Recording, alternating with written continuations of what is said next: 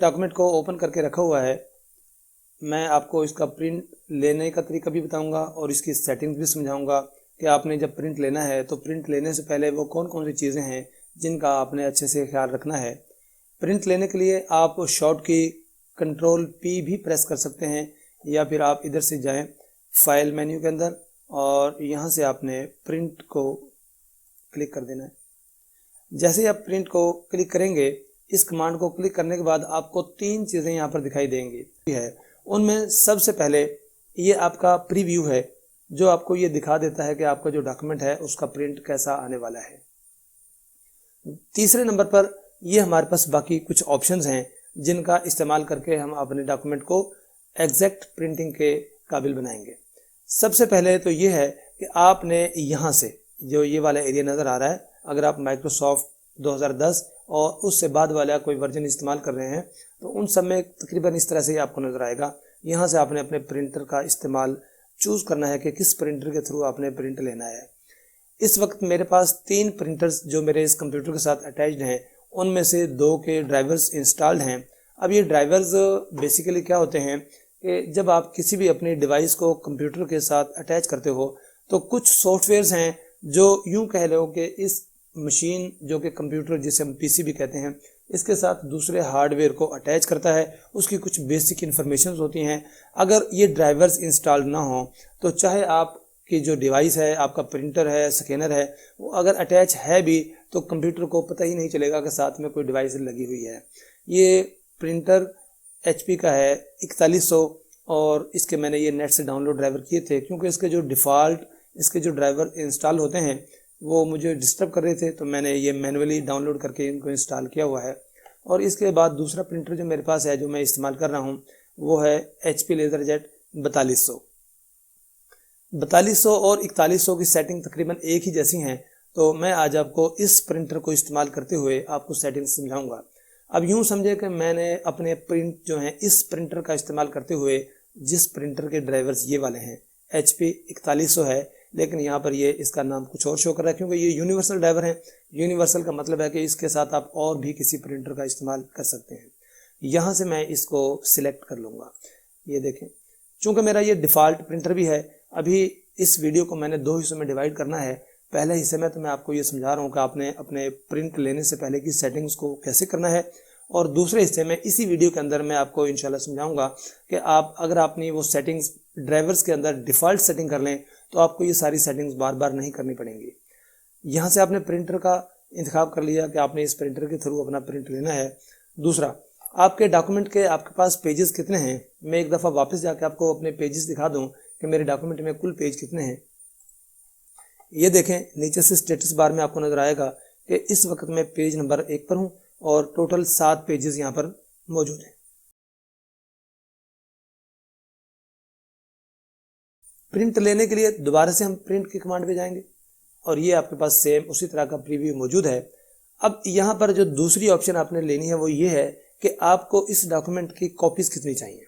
अगर एक ही कॉपी चाहिए तो फिर एक है, इससे ज़्यादा चाहिए तो यहाँ से आपने इनको 2, 3 या 4 जितनी भी कॉपीज़ आपको चाहिए। अब जहन में रखें कि टोटल 7 पेजेस हैं इस डॉक्यूमेंट के और 4 कॉपीज़ हमें इस वक्त इनकी ज़रूरत है। इसके बाद अगर आप ये नीचे आ जाएं तो ये देखें print all pages. Print all pages के इस टैब को अगर आप क्लिक करें, ओपन करें, तो नीचे आपको यहाँ पे कुछ चीज़ें नज़र आएंगी। अगर आपने अपने जो आपके पास पेपर या शीट मौजूद है उसके सिर्फ एक साइड पे ही प्रिंट लेना है तो फिर यहाँ से हमें कुछ और करने की ज़रूरत नहीं है, इस तरह ही रहने दें। अगर आप ये चाहते हैं कि आपने अपने डॉक्यूमेंट के दोनों तरफ प्रिंट लेना है, पेज का जो है वो दोनों साइडों को इस्तेमाल करना है, एक साइड पर पेज 1 और दूसरी साइड पर पेज 2 और इसी तरीके से बाकी पेजेस का प्रिंट लेना है, तो यहाँ से आप यूँ करें कि यहाँ से आप सिलेक्ट कर लें ऑड पेजेस। यहाँ सबसे पहले आपने ऑड पेजेस प्रिंट लेने हैं। इसमें ये होगा कि आपके 1, 3, 5, 7 इस तरतीब से जो पेजेस हैं उनका प्रिंट आ जाएगा। फिर आपको दोबारा से प्रिंट की कमांड देनी पड़ेगी और दोबारा आपने फिर जब प्रिंट लेना है, कागज़ जो पेपर शीट आपके पास मौजूद है उसकी दूसरी साइड को इस्तेमाल करना है और यहाँ इवन को चूज़ करना है। अब इसमें क्या होगा, 1 के पीछे 2 नंबर पेज और 3 के बैक साइड पर 4 पेज, इसी तरतीब से दोनों तरफ आपका प्रिंट हो जाएगा। ये 2 दफ़ा आपको प्रिंट लेना पड़ेगा। आप ऐसा करें कि यहीं पर रहने दें और फिलहाल मैं वन साइडेड प्रिंटिंग के हवाले से आपको समझा देता हूँ। दूसरा ये पेजेस से मुराद ये है कि आपने कितने पेजेस का प्रिंट लेना है। इस डॉक्यूमेंट में 7 पेज मेरे पास मौजूद हैं, पेज नंबर 1 से लेके और 7। अगर आपने सबका ही प्रिंट लेना है तो फिर यहाँ कुछ लिखने की ज़रूरत नहीं है। अगर आपने किसी मखसूस पेज का प्रिंट लेना है, फ़र्ज़ किया मैं पेज 1 का ही प्रिंट लेना चाहता हूँ, तो मैं यहाँ पे लिख दूंगा 1 पेज की मुझे 4 कॉपीज़ चाहिए, यूँ समझ लें। तो अगर आपने पेज 1 लेना है तो 1 लिख दें, और अगर आपने यहाँ पे पेज नंबर 7 का प्रिंट लेना है तो ये लिख दें। प्रिंट लेते वक्त बाकी पेजेस को ये स्किप कर देगा, सिर्फ जो पेज आपने यहाँ पर मेंशन किया है उसका ही प्रिंट आएगा। हो सकता है कि आपके पास डॉक्यूमेंट में पेजेस ज़्यादा हों, फ़र्ज़ करें 100 पेजेस हैं आपके पास, आपने 50 को छोड़ के 51 से लेके और 100 तक का प्रिंट लेना है, तो फिर आप कैसे करेंगे? 51 और अपने कीबोर्ड से ये एक डैश की इलामत होती है, इसको प्रेस कर दें और आगे 100 लिख दें। अब ये जहन में रखें, कंटिन्यू पेजेस 51 से लेकर और 100 तक अगर आपने प्रिंट लेना है तो फिर आपने इस तरीके से पेजेस को यहाँ पे नोट करना है। अब ये पहले 50 पेजेस को स्किप कर जाएगा और 51 से लेकर 100 तक के प्रिंट आपको दे देगा। अगर आप ऐसा भी नहीं करना चाहते, आप ये करना चाह रहे हैं कि आप मखसूस पेजेस का प्रिंट लेना चाह रहे हैं, जैसा कि मेरे पास ये डॉक्यूमेंट है, इसमें सिर्फ 7 ही पेजेस हैं, आपके पास ज़्यादा भी हो सकते हैं, कम भी हो सकते हैं। फर्स्ट किया मैं पेज नंबर 5 का प्रिंट लेना चाहता हूँ, आगे मैं अपने कीबोर्ड से कॉमा प्रेस करूँगा, फिर मैं पेज नंबर 7 का प्रिंट, ये देखें अब मैंने सिर्फ 2 पेजेस का सिलेक्शन किया है, इसमें पेज नंबर 5 और 7। अगर आप इस तरह से सिलेक्टिव पेजेस का प्रिंट लेना चाहते हैं तो आपने इस तरीके से चूज़ करना है, यहाँ पे आपने टाइप कर देना है, जो पेज नंबर आप यहाँ पे टाइप करेंगे उसका ही ये प्रिंट देगा। अब 3 तरह से हमने काम किया है। नंबर 1, अगर कुछ भी नहीं लिखा तो फिर जितने भी डॉक्यूमेंट के अंदर पेजेस हैं सबका प्रिंट आ जाएगा। अगर आपने इस तरीके से लिखा है 1 से लेके और 5, तो ये 1 से शुरू करेगा 5 तक प्रिंट देगा। और दूसरा जो मैंने अभी लास्ट में बताया था कि अगर मैं इस तरीके से लेना चाहता हूँ तो पेज 1 और 6, आप कोई भी पेजेस सिलेक्ट कर सकते हैं, इस तरीके से आप इसका प्रिंट ले लेंगे। इसके बाद यहाँ पर देखें ये लिखा है प्रिंट 1 साइड, इसको फिलहाल हम रहने देते हैं। यहाँ पर manually print on both side मैंने ये इसको कर देता हूँ, ये रहने देता हूँ और हम आगे चलते हैं। अब ये बहुत ज़रूरी चीज़ है, इसको अच्छे से समझ लें। कोलेट का मतलब क्या है? चूँकि मेरे डॉक्यूमेंट के अंदर 7 पेज मौजूद हैं और मैं इसकी 4 कॉपीज लेना चाहता हूँ,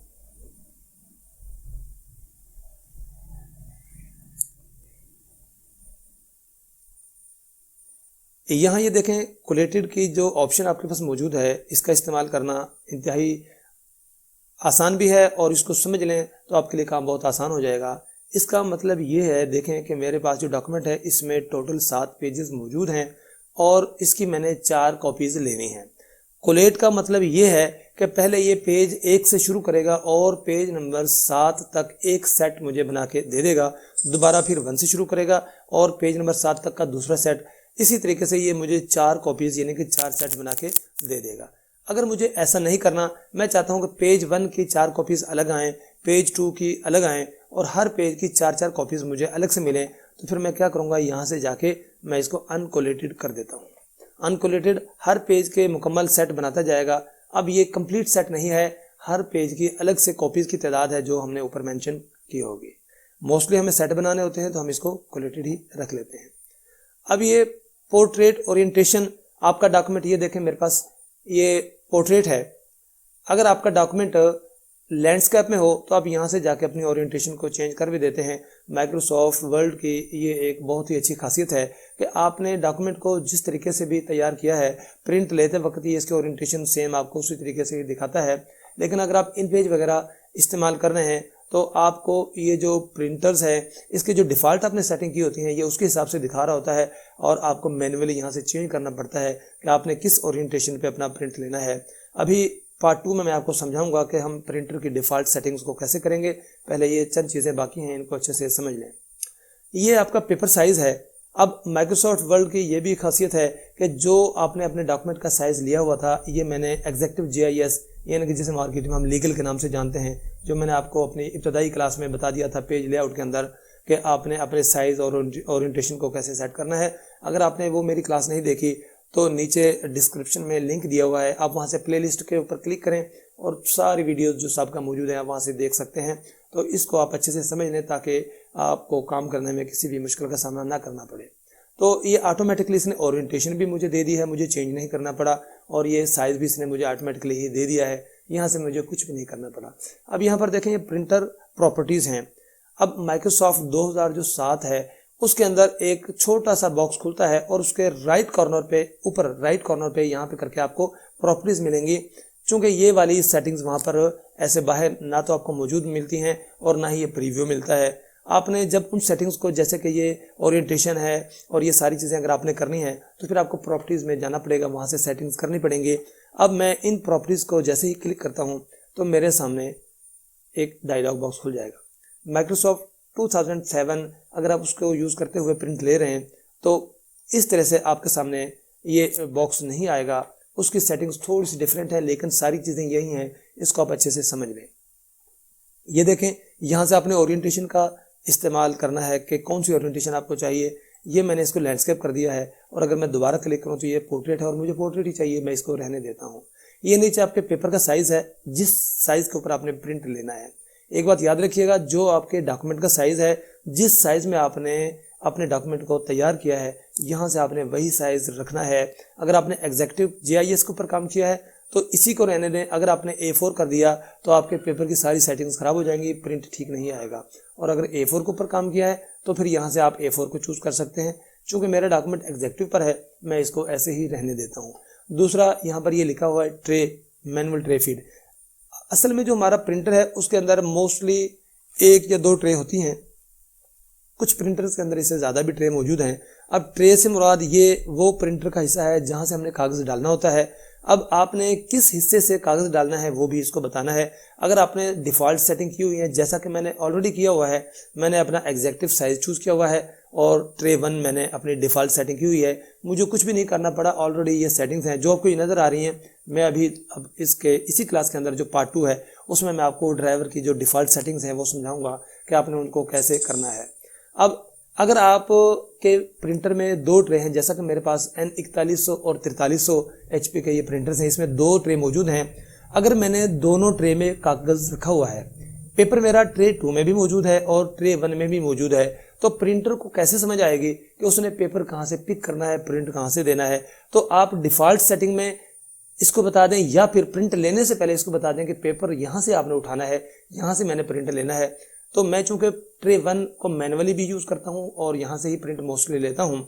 अगर मुझे ज़्यादा कागज़ का प्रिंट लेना हो, ज़्यादा कॉपीज़ निकालनी हो, तो फिर मैं ट्रे 2, क्योंकि ट्रे 2 के अंदर मेरे पास ऑप्शन मौजूद है कि मैं ज़्यादा सारे कागज़ को एक साथ ही वहाँ पर पुट कर सकता हूँ। अभी मैं ट्रे 1 को ही रहने देता हूँ। आप अपनी ज़रूरत के मुताबिक इसको चेंज कर सकते हैं। जहाँ से आपने पेपर डालना है यहाँ से आपने करना है। इसके बाद हमने यहाँ पे और कुछ भी नहीं करना, जस्ट ओके के ऊपर क्लिक कर देना है। अब आप प्रिंट को क्लिक करेंगे, जैसे ही आप प्रिंट के ऊपर क्लिक करेंगे आपका जो प्रिंट है वो हो जाएगा। अब डॉक्यूमेंट के बाद मैं आपको इसकी जो मैंने आपको प्रिंट की सेटिंग्स समझाई हैं, अब मैं आपको प्रिंटर का जो ड्राइवर्स हैं उनकी सेटिंग्स के हवाले से कुछ समझाना चाहूँगा। अभी मैं वापस अपने डॉक्यूमेंट पे आ जाता हूँ। तो अपने ड्राइवर्स की डिफ़ॉल्ट सेटिंग्स को चेंज करने के लिए आपने क्या करना है, मैं ये विंडोज़ 7 के थ्रू आपको ये डॉक्यूमेंट दिखा रहा हूँ इस वक्त। अगर आप यहाँ पे स्टार्ट के बटन के ऊपर क्लिक करें तो आपको यहाँ पे कुछ मिलेगा, डिवाइसेस एंड प्रिंटर्स।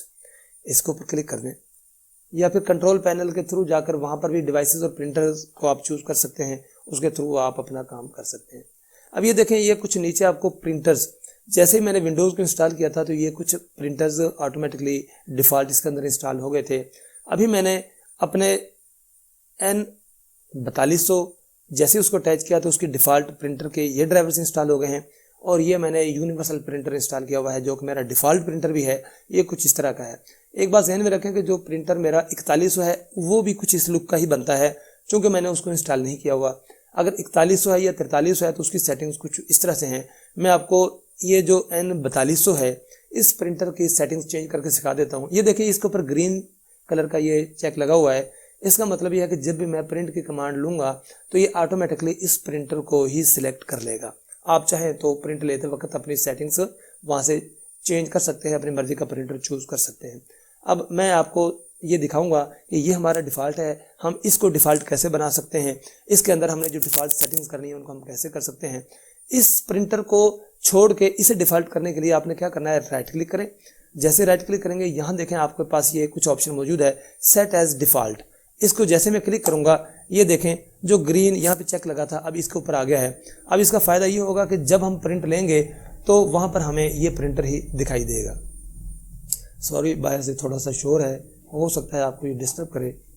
अब दूसरी इसके अंदर जो सेटिंग्स हैं उनको करने के लिए राइट क्लिक करें और यहाँ पर हमारे पास ये प्रिंटर की प्रॉपर्टीज़ मौजूद हैं। मैं जैसे इसके ऊपर क्लिक करता हूँ, अब यहाँ पर देखें आपने कुछ भी नहीं करना, यहाँ से सिर्फ डिवाइस सेटिंग्स में जाना है।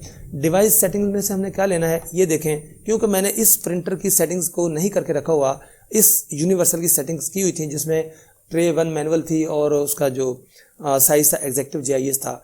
इसकी सेटिंग्स को जैसे मैं अब आपको करके दिखा रहा हूँ आप भी ऐसे कर सकते हैं।